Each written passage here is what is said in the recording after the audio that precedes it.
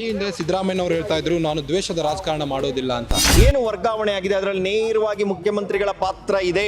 ಕೂಡ ಹಗರಣದಲ್ಲಿ red hand ಆಗಿ ಸಿಕ್ಕಾಕೊಂಡಿದ್ದಾರೆ. ಕೃಷ್ಣ ಬೈರೇಗೌಡರಂತಹ ಮಿನಿಸ್ಟ್ರು ನಾಲಾಯಕ್ ಅಂತ ಹೇಳ್ತಾರಲ್ಲ, ಎಷ್ಟು ಸರಿ ರೀ ಇದು? ಹಾಗೆ ಜಮೀರ್ ಅಹಮದ್ ಖಾನ್ ಏನ್ ಮಾತನಾಡ್ತಾರೆ, ದುರಹಂಕಾರದಿಂದ ಮಾತನಾಡ್ತಾರೆ.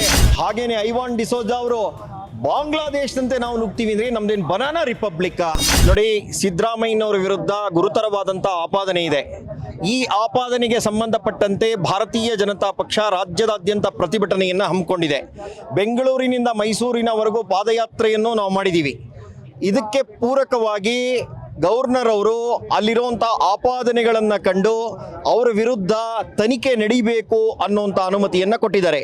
ತನಿಖೆ ನಡೆಸಬೇಕು ಅಂತ ಅನುಮತಿಯನ್ನು ಕೊಟ್ಟಿದ್ದಾರೆ ಹೊರತು ಅವ್ರನ್ನ ತಪ್ಪಿತಸ್ಥರು ಅಂತ ಇನ್ನೂ ಏನು ಹೇಳಿಲ್ಲ. ಮೇಲ್ನೋಟಕ್ಕೆ ಸಾಬೀತಾಗಿರೋದ್ರಿಂದ ಅದರಿಂದ ಹೊರಬರುವಂಥ ಜವಾಬ್ದಾರಿ ಸಿದ್ದರಾಮಯ್ಯನವ್ರ ಮೇಲಿದೆ. ಈ ಸಂದರ್ಭದಲ್ಲಿ ಗವರ್ನರ್ ವಿರುದ್ಧ ಪ್ರತಿಭಟನೆಯನ್ನು ಮಾಡಿ ಅವರ ವಿರುದ್ಧ ಅವಹೇಳನಕಾರಿಯಾಗಿ ಮಾತನಾಡಿದ್ದಾರೆ. ಕೃಷ್ಣ ಬೈರೇಗೌಡರಂತಹ ಮಿನಿಸ್ಟ್ರು ನಾಲಾಯಕ್ ಅಂತ ಹೇಳ್ತಾರಲ್ಲ, ಎಷ್ಟು ಸರಿ ರೀ ಇದು? ಯಾಕೆಂದರೆ ತಿಳುವಳಿಕೆ ಇಲ್ವೇನ್ರಿ? ವಿದೇಶದಲ್ಲಿ ಓದಿದ್ದೀನಿ, ತುಂಬ ತಿಳ್ಕೊಂಡಿದ್ದೀನಿ, ನಾನು ರೆವಿನ್ಯೂ ಮಿನಿಸ್ಟರ್ ಅಂತ ಹೇಳೋವಂಥ ಕೃಷ್ಣ ಬೈರೇಗೌಡರು ಈ ರೀತಿ ಮಾತನಾಡಬಹುದಾ? ಹಾಗೆ ಜಮೀರ್ ಅಹಮದ್ ಖಾನ್ ಏನು ಮಾತನಾಡ್ತಾರೆ, ದುರಹಂಕಾರದಿಂದ ಮಾತನಾಡ್ತಾರೆ. ಗವರ್ನರ್ ವಿರುದ್ಧ ನಾವು ಏನು ಮಾಡಬೇಕು ಅಂತ ನಮಗೆ ಗೊತ್ತಿದೆ, ಪ್ರತಿಭಟನೆಯನ್ನು ಮಾಡ್ತೀವಿ, ಮುಂದೆ ಏನಾದರೂ ಅನಾಹುತ ಆದರೆ ಅದಕ್ಕೆ ಗವರ್ನರೇ ಕಾರಣ ಅಂತಾರೆ. ಜನರಿಗೆ ಪ್ರಚೋದನೆ ಕೊಡ್ತಾ ಇದ್ದಾರೆ ನೀವು. ಹಾಗೇನೆ ಐವಾನ್ ಡಿಸೋಜಾ ಅವರು ಬಾಂಗ್ಲಾದೇಶದಂತೆ ನಾವು ನುಗ್ತೀವಿ ಅಂದ್ರೆ ನಮ್ದೇನು ಬನಾನಾ ರಿಪಬ್ಲಿಕ್? ಆ ರೀತಿ ನುಗ್ಗಕ್ಕೆ ನಮ್ಮ ದೇಶದಲ್ಲಿ ಒಂದು ವ್ಯವಸ್ಥೆ ಇದೆ, ಸಾಂವಿಧಾನಿಕವಾದಂತಹ ಹುದ್ದೆ ಅದು. ಹಾಗೇನೆ ಬಲವಾದಂತಹ ಡೆಮೋಕ್ರೆಟಿಕ್ ಸಿಸ್ಟಮ್ನಲ್ಲಿ ನಾವು ಬದುಕ್ತಾ ಇದ್ದೀವಿ. ಈ ರೀತಿ ಹೇಳೋದಕ್ಕೆ ನಾಚಿಕೆ ಆಗಬೇಕು. ಈ ರೀತಿಯ ಮನಸ್ಥಿತಿಯ ಕಾಂಗ್ರೆಸ್ಸಿನ ಮಂತ್ರಿಗಳು, ಕಾಂಗ್ರೆಸ್ ಸರ್ಕಾರದ ವಿರುದ್ಧ ನಮ್ಮ ಧಿಕ್ಕಾರ ಇದೆ. ಹಾಗೇನೆ ಇದು ತನಿಖೆ ದಿಕ್ಕು ತಪ್ಪಬಾರ್ದು. ಮತ್ತು ಇದಕ್ಕೆ ಪೂರಕವಾಗಿ ರಾಜೀನಾಮೆಯನ್ನು ಮುಖ್ಯಮಂತ್ರಿಗಳಾದಂಥ ಸಿದ್ದರಾಮಯ್ಯನವರು ಕೊಡಲೇಬೇಕು ಅನ್ನೋಂಥ ಆಗ್ರಹದೊಂದಿಗೆ ನಾವು ಈ ಪ್ರತಿಭಟನೆಯನ್ನು ಮಾಡಿದ್ದೇವೆ.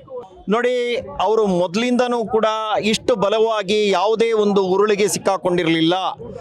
ಅವರು ರೀಡೂ ಮಾಡಿದಾಗಲೂ ಕೂಡ ತಪ್ಪಿಸ್ಕೊಂಡಿದ್ರು. ಹೆಬ್ಲೋಟ್ ವಾಚಿನ ಹಗರಣ ಬಂದಾಗಲೂ ಅದರಿಂದ ತಪ್ಪಿಸ್ಕೊಂಡಿದ್ರು. ಹಾಗೇನೆ ಅವರ ವಿರುದ್ಧ ಇದ್ದಂಥ ಎಲ್ಲ ಆಪಾದನೆಗಳಲ್ಲೂ ತಪ್ಪಿಸ್ಕೊಂಡಿದ್ರು. ಆದರೆ ಮುಡಾ ಹಗರಣದಲ್ಲಿ ರೆಡ್ ಹ್ಯಾಂಡ್ ಆಗಿ ಸಿಕ್ಕಾಕೊಂಡಿದ್ದಾರೆ.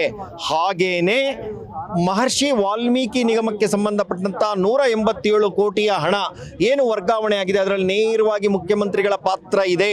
ಯಾಕೆಂದರೆ ಫೈನಾನ್ಸ್ ಡಿಪಾರ್ಟ್ಮೆಂಟಿನ ಹೊಣೆ ಹೊತ್ತಿರುವಂಥದ್ದು ಅವರೇ. ಹಾಗಾಗಿ ಮುಖ್ಯಮಂತ್ರಿಗಳಾದಂಥ ಸಿದ್ದರಾಮಯ್ಯನವರ ಮೂಗಿನಡಿನಲ್ಲೇ ನಡೆದಿರುವಂತಹ ವಾಲ್ಮೀಕಿ ಹಗರಣದ ಜವಾಬ್ದಾರಿಯನ್ನು ಪೂರ್ತಿ ಅವರೇ ಹೊರಬೇಕು. ಹಾಗಾಗಿ ನಮ್ಮ ರಾಜೀನಾಮೆ ಬೇಕೇ ಬೇಕು ಅಂತ ಹೇಳ್ತಾ ಇದ್ದೀವಿ. ಅವರೀಗ ತಮ್ಮ ಸ್ಥಾನವನ್ನು ಗಟ್ಟಿಗೊಳಿಸ್ಕೊಳ್ಳುವಂಥ ದೃಷ್ಟಿಯಿಂದ ರಾಜ್ಯದ ವಿರೋಧ ಪಕ್ಷದ ನಾಯಕರ ವಿರುದ್ಧ ಇಲ್ಲ ಸಲ್ಲದ ಕೇಸುಗಳನ್ನು ಹುಡುಕಿ ಅದರ ವಿರುದ್ಧ ತನಿಖೆ ನಡೀಲಿ ಎನ್ನುವಂಥ ದ್ವೇಷದ ರಾಜಕಾರಣವನ್ನು ನಿಶ್ಚಿತವಾಗಿ ಮಾಡ್ತಾ ಇದ್ದಾರೆ.